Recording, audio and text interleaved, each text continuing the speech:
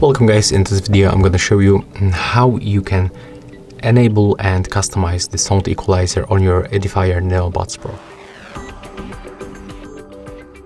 So the first, when you are connected with the Edifier application, you have to swipe like that, and here you can find the classic and the dynamic setup of your equalizer. That's two presets, but you can also get the customized and tap on this settings icon.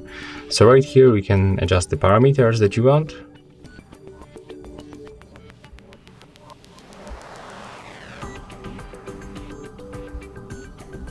You can click confirm.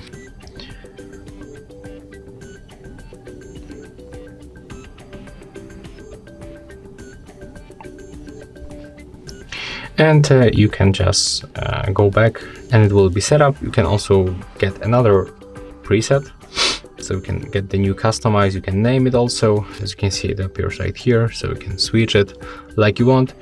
When you click on the more, you can, for example, delete, rename, reset, or just share to anyone.